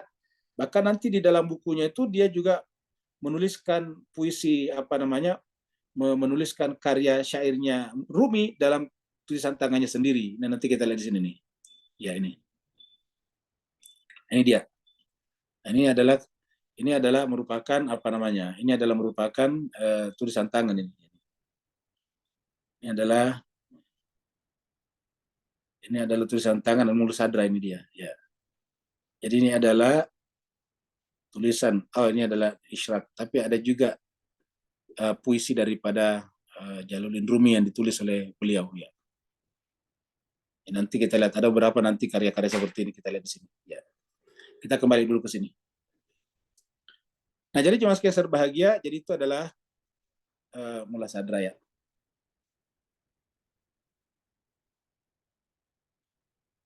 Sekarang kita sampai di sini. Ya. Kutipan-kutipan Mullah Sadra dari puisi Sufi Persia ini. Kutipan-kutipan Mullah Sadra dari puisi Sufi Persia. Jadi ada kutipan-kutipan Mullah Sadra dari puisi-puisi Sufi Persia dalam karyanya. Menunjukkan betapa besar pengaruh mazhab Irfan dalam pemikirannya. Irfan terutama dari sisi tokoh-tokoh mistisisme seperti Rumi tadi dan orang-orang yang sepertinya. Pengaruh ini berasal dari tulisan-tulisan yang berbahasa Arab maupun dari literatur Sufi Persia yang dipengaruhi oleh mazhab irfan tersebut. Jadi mazhab irfan tadi kita sebut dengan asal mistisisme. Ya. Hal ini juga menunjukkan keakraban Mullah Sadra dengan mazhab asal sufi lainnya. Seperti halnya dengan tasawuf dari Asia Tengah yang dinisbatkan kepada Najmuddin Kubro. Ya, Najmuddin Kubro. Ya. Jadi tasawuf dengan Najmuddin Kubro. Saya nggak tahu apakah Najmuddin Kubro di sini ada kaitannya dengan Jalaluddin Kubro yang ada di Sulawesi Selatan. Jadi kata-kata kubro ini memang banyak dipakai di bahasa Arab ya, karena biasanya kalau dia lebih tua kubro, ya kalau lebih kecil sugro. Cuma biasanya kalau laki-laki ya kabir, bukan kubro ya. Dan untuk mazhab kalam, ya, ya, teologi Sunni maupun Syiah, ingat perhatikan. Jadi Mullah Sadra tidak membaca Syiah saja, inilah kelebihannya ulama-ulama Syiah. Ya, kalau beberapa teman kita di kalangan Sunni tidak membaca, kalau ada kalangan Syiah mengharamkannya. Tapi kalau di Syiah membaca Sunni, termasuk Mullah Sadra di sini. Ya, untuk mazhab kalam, teologi Sunni maupun Syiah mengalami fase perkembangan yang sangat pesat pada masa ini. Beberapa abad sebelum Mullah Sadra. Dan ini nanti kemudian berpengaruh pada Mullah Sadra. Artinya dibaca oleh Mullah Sadra. Kalam Sunni pasca Fakhruddin Razi yang tadi kita angkat di atas. Jadi Fakhruddin Razi bersama dengan Imam Ghazali, Al-Ghazali, yang tadi menentang peripatesisme bahkan mengharamkan filsafat. Jadi kalam Sunni pasca Fakhruddin Razi memasuki masa-masa produktif, ya, di mana muncul beberapa karya dari pemikir-pemikir semisal Qadi Aduddin Iji, ini adalah Sunni punya nih, ya. Sa'aduddin Taftazani, ya. Sayyid Syarif Jurjani, dari dulu Sayyid ada yang Sunni juga. Jadi Sayyid Syarif Jurjani yang membuat kodifikasi kalam dalam bentuk khusus yang kemudian dilanjutkan sampai pemerintahan Syah Waliullah. Ingat mas sekalian, Syah Waliullah ini adalah sekaligus dia ulama besar. Karya-karyanya terkenal juga. Dia anak benua India. Ini adalah di India. Syah Waliullah di anak benua Asia, maksudnya anak benua India. Ya. Jadi kalau disebutkan anak benua Asia di sini, kalau di Indonesia kita kenalnya dengan anak benua India. Ya. Jadi India itu kan belum luas, mencakup Pakistan, kemudian apalagi Bangladesh, begitu, Sri Lanka, itu apa namanya masuk anak benua India. Bahkan dulu awal-awalnya bahkan masuk ke Asia Tenggara sini. Makanya di zaman penjajahan disebut dengan daerah Hindia di sini. Hindia yang dikuasai Belanda namanya Hindia Belanda. Jadi Syah Waliullah di anak benua Asia pada abad ke-8 atau ke-12. Ke-8 Hijriah, ke-12 Masehi. Kalau ada abad ke-12 kan berarti tahun 1300-an. Ya, gitu. Bahkan sampai saat ini, pemikiran kalam yang dimaksud masih diajarkan di dalam pengajaran-pengajaran kalam mazhab Sunni. Jadi jemaah sekalian, buku-buku yang cukup dibaca oleh Mullah Sadra dan berpengaruh pada pemikirannya, beberapa buku itu masih diajarkan sekarang di pesantren-pesantren ataukah madrasah kalam mazhab Sunni, seperti itu. Nah, jadi jemaah sekalian berbahagia, karena waktu kita ini sudah jam 5 lewat, jadi kita akhiri sampai di sini. Jadi ini adalah tanggal 18 ya. 23 ya. Nah, jadi kita sampai di sini jemaah sekalian berbahagia. Jadi saya kira kita sudah mulai terpetakan di dalam pikiran kita intelektual background daripada Mullah Sadra ya, pada zamannya. Bagaimana kita lihat di situ pada saat itu yang berpengaruh pertarungan pemikiran yang ada atau pemikiran besar pada saat itu ada filsafat peripatetik, kemudian muncul ilmu kalam. Ilmu kalam itu adalah semacam teologi tapi tidak menggunakan filsafat, yang diampuh atau yang ditokohi oleh seperti Mullah Sadra, kemudian Fakhruddin Razi tadinya, kemudian menyerang. Saat kemudian muncul juga filsafat seperti misalnya yang diajarkan oleh Syihabuddin Surawardi, yaitu Isyraq, ya, iluminasi, kemudian juga gnostikisme daripada Mullah Sadra. Gnostikisme ini adalah basisnya pada mistisisme. Mistisisme nanti terbagi dua, ada yang menggunakan filsafat dan tidak, seperti Rumi, yang mereka ini banyak menulis puisi-puisi, syair-syair ketuhanan, ya, seperti yang dilakukan Rumi itu Diwan-diwannya adalah merupakan kumpulan syair-syair. Nah, seperti itulah. Dan ini nanti kemudian dan ini juga termasuk bangunan-bangunan pemikiran yang mempengaruhi ataukah yang berdiri kokoh di dalam tasawuf sunni, disebut dengan tasawuf sunni sampai sekarang. Yang puncaknya terjadi pada Syekh Waliullah ini. Nah, jadi itu sampai sekarang masih diajarkan. Nah, jadi Bapak sekalian dapat kita lihat satu mulasadra kita bahas, tetapi kemudian mengingatkan kita kepada hampir seluruh tokoh-tokoh yang muncul dari berbagai macam mazhab pemikiran, bukan mazhab fikih ya, mazhab pemikiran, filsafat, ilmu kalam dan sebagainya yang ada pada saat itu. Ya, dan ini kemudian menjadi semacam apa ya? Menjadi semacam wadih, tempat penampungan air kesejukan intelektual Islam sebetulnya yang harusnya dipelihara dan kemudian kita teruskan sekarang. Tetapi sayang seribu sayang ini kita masih mengalami semacam kemandegan berpikir kecuali di Iran saja. Boleh kecuali di Persia saja, daerah Iran dan sekitarnya saja berkembang hal seperti ini. Ya.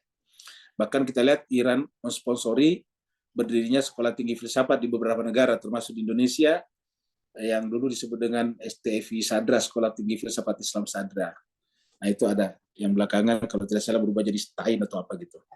Nah, jadi jemaah sekalian berbahagia, jadi itu adalah penjelasan kita tentang Mullah Sadra dan background intelektualnya, tapi masih akan berlanjut jemaah sekalian, cukup panjang. Jadi kita mengenal beliau nantinya lebih dalam sebelum kita mengenal karya-karyanya nantinya. Karena kalau kita tidak mulai dari sini, nanti ketika Said Hussein Nasr membicarakan Mullah Sadra, itu banyak mengutip dari apa namanya dari pendapat-pendapat Ibnu Arabi, Surawardi, dan sebagainya. Kalau kita tidak dalam dengan mereka ya nanti kita akan agak kesulitan. Jadi ibaratnya ini adalah mata kuliah apa namanya persyaratan untuk mengikuti mata kuliah selanjutnya. Terima kasih banyak yang mau bertanya dipersilakan. Waalaikumsalam. Waalaikumsalam warahmatullahi wabarakatuh. Silakan Pak Nur.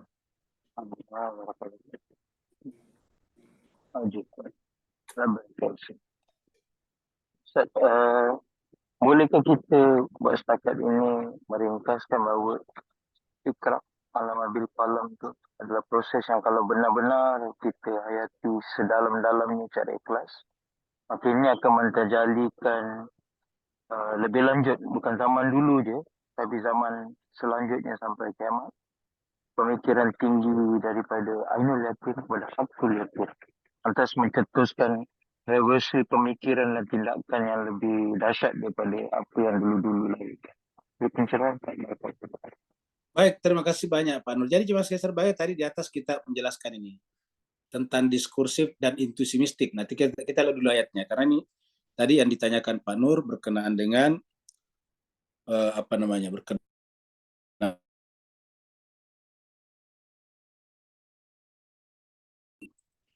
kalam, kita buka Alaq ya. Kita buka surat Al-Alaq surat 96. Ini. Nah, kita lihat jemaah sekalian berbahagia, ayat pertamanya langsung perintah Iqra, membaca. Ini kan menunjukkan sesuatu yang luar biasa. Suruh baca. Ya, karena dengan membaca kita berpikir, orang yang baca berpikir. Ya. Nah, kita langsung ke sini. Iqra yang kedua, Iqra wa rabbukal akram. Bacalah karena Tuhanmu. Kita artikan saya karena Tuhanmu itu Maha Pemulia. Artinya apa? Kemuliaan Allah, kemuliaan Tuhan hanya bisa kita transfer ke dalam diri kita melalui membaca. Karena cobalah Bapak Ibu sekalian renungkan kata-kata ini. Iqra, bacalah dan Tuhanmu itu Maha Mulia. Apa hubungan antara Iqra dengan Rabbukal Akram? Ya, artinya bahwa Al-Akramnya Rob kita ini, Tuhan ini, akan diberikan kepada kita, sehingga kita menjadi karim juga apabila kita membaca. Jadi kemuliaan manusia, kemuliaan umat, terutama umat Islam, hanya bisa kembali apabila dia membaca. Karena Iqra wa rabbukal akram. Kemudian membaca itu dua alurnya. Iqra ini dua alurnya. Ya. Pertama adalah alladzi 'allama bil qalam. Tadi yang disebutkan Pak Nur ini. Ya. Kita sudah terangkan 'allama bil qalam ini adalah ada perantaraan mengajarkan. Jadi 'allama di sini adalah dia Allah. Alladzi di sini adalah dia Allah. Jadi Rabb di sini. Jadi Rabb ini dia yang disebut di sini alladzi. Ya. Yang. Jadi Rabbukal akram alladzi yang allama mengajarkan. Kenapa tadi mengajarkan? Kalau kita belajar. Jadi kalau kita membaca, baru Tuhan akan mengajarkan kepada kita. Jadi Tuhan tidak akan mengajari kita kalau kita tidak membaca. Karena dikatakan Iqra wa rabbukal akram, alladzi yang 'allama mengajarkan bil qalam dengan perantaraan qalam. Nah, ini ada perantaraan, ada bi-nya di sini, perantaraan qalam. Apa itu qalam? Apapun juga, semua realitas. Ya, itu adalah caranya Tuhan mengajari kita. Jadi kata-kata kalam ini artinya berperantaraan, mengajarkan kita dengan perantaraan qalam. Dan bukan hanya mengatakan kata al-qalam di sini, tapi memang ada surat al-qalam, surat 68. Jadi surat 68 ini ada surat al-qalam. Nun, mulai dengan huruf nun. Ya. Wal qalami wa ma yasturun. Kita tahu cuma sebagai nun ini adalah kebalikan daripada ba. Kalau ba itu kan titiknya di bawah. Ya. Kalau nun di atas. Ya. Perhatikan mas sekalian. Kita tidak terangkan panjang lebar, tapi nun itu adalah titiknya di atas, sedangkan kalau ba titiknya di bawah. Ya. Ingat tadi, allama bi al-qalam. Allama bil qalam. Tetapi setelah berbicara tentang al-qalam, dimulai dengan nun. Ya. Nun wal qalami wa ma yasturun. Jadi nun demi qalam dan apa-apa yang dituliskannya. Wa ma yasturun, jadi semua yang tertulis, semua yang tercipta, semua realitas adalah merupakan kalamnya Allah, dan karenanya Nabi Muhammad kita itu adalah merupakan luruhan. Luruhan itu apa ya? Luruhan itu merupakan semacam fusi, ya. Fusi dari seluruh realitas ke dalam satu individu, namanya Muhammad. Makanya Muhammad disebut sebagai apa? Rahmatan lil alamin. Karena kata al-alamin ini adalah yasturun, ya. Apa yang ditulis itu adalah al-alamin. Baik samawat ataupun ard, baik yang non materi ataupun yang materi. Jadi nun wal qalami wa ma yasturun, ya. Demi kalam dan apa-apa yang dituliskan kalam itu. Nun wal qalami wa ma yasturun. Ma anta bini matira bika bimajnun. Nah, cuma sekalian bahagia, maka ilmu itulah menyebabkan Nabi mendapatkan kenikmatan wilayah. Ya. Dan berwilayah kepadanya bukanlah kegilaan. Sebagaimana Nabi tidak majnun dengan itu. Nah, jadi cuma sekalian bahagia, jadi ma anta bini matira bika bimajnun. Ya, nanti melahirkan apa? Melahirkan wa innalaka ajran ghaira mamnun wa innaka la ala khuluqin azim. Ujungnya ke sini, azim ukhul apa akhlak. Apa akhlak? Khuluqin azim, akhlak yang mulia, akhlak yang luhur. Nah, jadi kita kembali ke al-alaq tadinya. Jadi alladzi 'allama bil qalam, perantaraan. Ya, perantaraan ini adalah kita belajar dengan perantaraan. Inilah yang kemudian kita sebut dengan diskursif di sini. Ya. Jadi perantaraan dengan kalam ini kita sebut dengan diskursif di sini. Ya. Nah, kemudian yang kedua, allama, dia juga mengajarkan al-insana, manusia, ma apa-apa lam ya'lam, yang tidak diketahuinya. Di sini tidak ada perantaraan, tidak ada baknya lagi di sini. Tidak ada bi, ya, tetapi langsung allamal insana, langsung mengajarkan manusia. Jadi manusia di sini langsung menjadi objeknya, maf'ul bihnya di sini.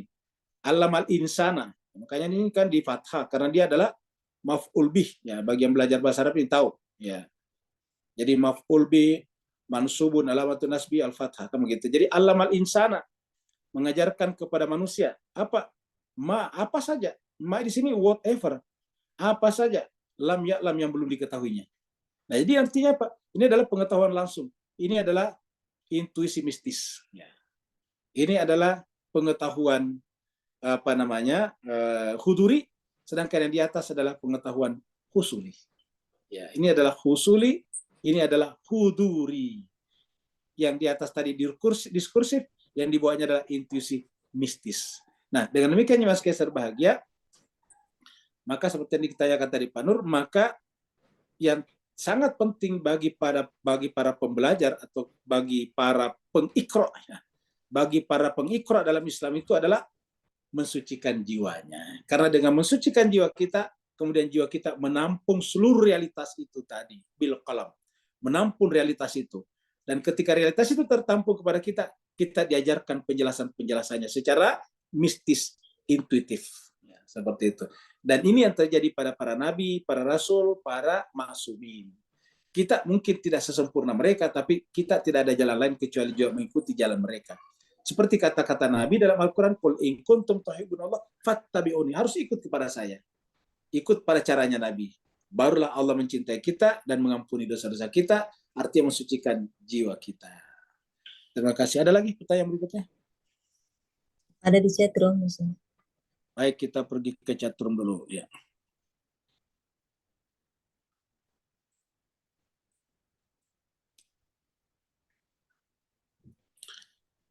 Jadi kita lihat ini dari Pak Burhan. Negara Islam Iran kayaknya mewarisi Islam itu sendiri dengan bukan hanya dikenal sebagai sebuah negara yang banyak menangis, bahkan Irak berkembang dari segala sudut ilmu, betul.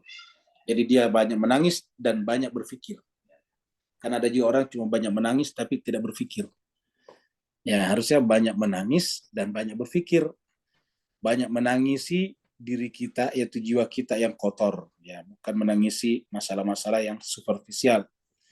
Bahkan Iran berkembang dari segi sekali, betul sekali. Kita tahu kedokteran berkembang di Iran. Iran sekarang sangat berkembang dalam medisnya itu sudah sampai pada tingkat nano, ya, teknologi nano. Ya. Kita lihat satu-satunya negara Islam yang bisa meluncurkan satelit sendiri, dia. Ya, jadi dia punya satelitnya sendiri. Indonesia atau mungkin Singapura atau mungkin Malaysia, ya punya Singapura juga, tapi diluncurkan negara lain. Kita cuma beli. Kita beli satelit dari Perancis misalnya, dari Amerika, diluncurkan oleh mereka, cuma dikasih nama kayak oleh kita. Seperti Indonesia satelit Palapa, kamu gitu. Nah, tapi kalau Iran tidak, dia luncurkan sendiri, dia observasi sendiri, dia melakukan penelitian sendiri, dia riset sendiri. Ya, jadi sudah meluncurkan satelitnya sendiri. Dan Bapak Ibu pasti biasa menyaksikan. Dan karena meluncurkan satelitnya sendiri, kan berarti bisa menciptakan rudal yang berjarak jauh, karena satelit itu kan ke atas, ya, keluar daripada orbit kita. Nah, sedangkan kalau cuma rudal itu kan cuma di atas bumi, ya, cuma di bumi saja jadi si rudal itu. Nah, jadi makanya dia bisa menciptakan mata-matanya sendiri, satelit mata-matanya sendiri, tidak menumpang pada satelit orang lain. Karena dia bisa menciptakan GPS-nya sendiri. Ingat mas sekalian, yang namanya rudal itu kalau diluncurkan itu pakai GPS. Makanya kan dia dia presisi. Kenapa presisi? Karena dia pakai GPS. Ya. Nah, GPS itu dipandu oleh apa? Satelit. Nah, kalau kita tidak punya satelit, gimana coba? GPS-nya Amerika tiba-tiba dimatikan. Ya udah, rudalnya nyasar kemana-mana. Nah, jadi dengan demikian, penciptaan rudal, terutama rudal antar benua namanya, itu butuh sekali GPS. Dan itu Iran telah melakukan semuanya. Mobil misalnya, kereta. Iran sudah punya mobilnya sendiri. Punya Kodro misalnya, punya Saifa dan sebagainya. Jadi inilah negara Islam. Cuma makanya disembunyikan, jangan sampai keluar. Ya. Jangan sampai terbongkar keluar kalau ada negara Islam yang maju. Biarlah negara Islam yang lain itu menggantungkan dirinya kepada negara-negara Eropa dan Amerika, seperti itu. Nah, jadi ini satu-satunya. Kenapa? Ya, pemikiran tadi. Makanya kita katakan pemikiran, membaca. Tidak ada cara lain untuk memajukan umat kita kecuali dengan cara seperti ini. Terutama kita di Asia Tenggara, yang masih sangat jauh dari tradisi berpikir ini. Dari sudut ukhrawi hingga ke dunia, betul sekali. Jadi di sana dua-duanya. Di sana kemajuan sainsnya tidak menghentikan mereka ziarah kuburan, dan ziarah kuburannya tidak menyebabkan dia tidak membaca begitu. Kan banyak juga di antara kita semua masalah diselesaikan dengan ziarah kuburan saja. Iran paling rajin ziarah kuburan, tapi dia pekerja keras dan pembelajar keras juga. Nah, itu contoh yang paling konkret. Ya, jangan cuma ziarah kuburan habis itu kembali ke rumah tidur. Tidak ada aktivitas sebab akibat, nah itu tidak mungkin. Ya. Itu sama saja dengan menghina hukum alam, dan hukum alam adalah hukum yang Tuhan juga. Iran adalah the only nation, betul sekali, yang ditakuti oleh setan besar. Saya kira betul sekali. Hanya satu-satunya, nggak ada yang lain. Ya, pertanyaannya sekarang, berkurun lamanya Islam dikucilkan sehingga datang Imam Khomeini yang melakukan revolusi pada zaman. Apakah sebelum beliau ada yang berubah? Jawabannya tidak ada. Ada yang berusaha, tetapi tidak berhasil.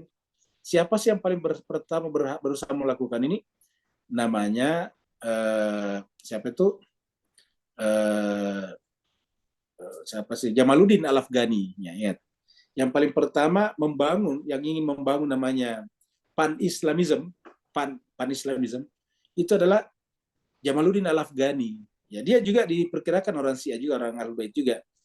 Dia adalah asalnya Afghanistan, tapi Afghanistan yang Syiah. Itu Jamaluddin Al-Afghani, berjalan kemana-mana. Dan dia juga tidak membedakan Sunni dan Syiah. Dia datang ke Al-Azhar juga, menjumpai misalnya Muhammad Abduh pada saat itu. Ya, itu adalah Al-Afghani. Untuk mengatakan bahwa Islam ini hanya berhenti terjajah kalau dia bersatu dan mengembalikan kekuatannya seperti dulu. Itu adalah ide-ide Jamaluddin Al-Afghani. Nah, itu. Karena dari Afghanistan sudah Al-Afghani. Tetapi sayangnya ya tidak memulai dari suatu negara tertentu. Dia datang kemana-mana meminta orang bersatu, ini agak berat. Selalu kalau kita minta orang bersatu itu agak berat. Yang perlu dilakukan mulai dari diri kita sendiri. Makanya kita katakan, kita di Ahlul Bait ini kalau ngajak orang bersatu tapi kita sendiri gontok-gontokan, nggak begitu berarti. Ya. Di dalam sendiri susah ketemu antara kelompok ini kelompok itu, ya susah. Ya. Jadi dengan demikian Mas Keser Bagi harus mulai, kata Nabi, ibda binafsik, mulai dari dirimu sendiri. Al-Quran yang mengatakan innallaha la yughayyiru ma biqaumin hatta yughayyiru ma bi anfusihim. Jadi jawabannya ada sebelum Imam Khomeini tapi tidak berhasil, yaitu namanya Jamaluddin Al-Afghani. Terima kasih banyak Bapak sekalian atas perhatiannya. Mohon maaf atas segala kekurangannya. Insyaallah kita ketemu lagi sebentar malam. Wa'alaikum wassalamualaikum warahmatullahi taala wabarakatuh. Waalaikumsalam. Terima kasih Pak Ustaz.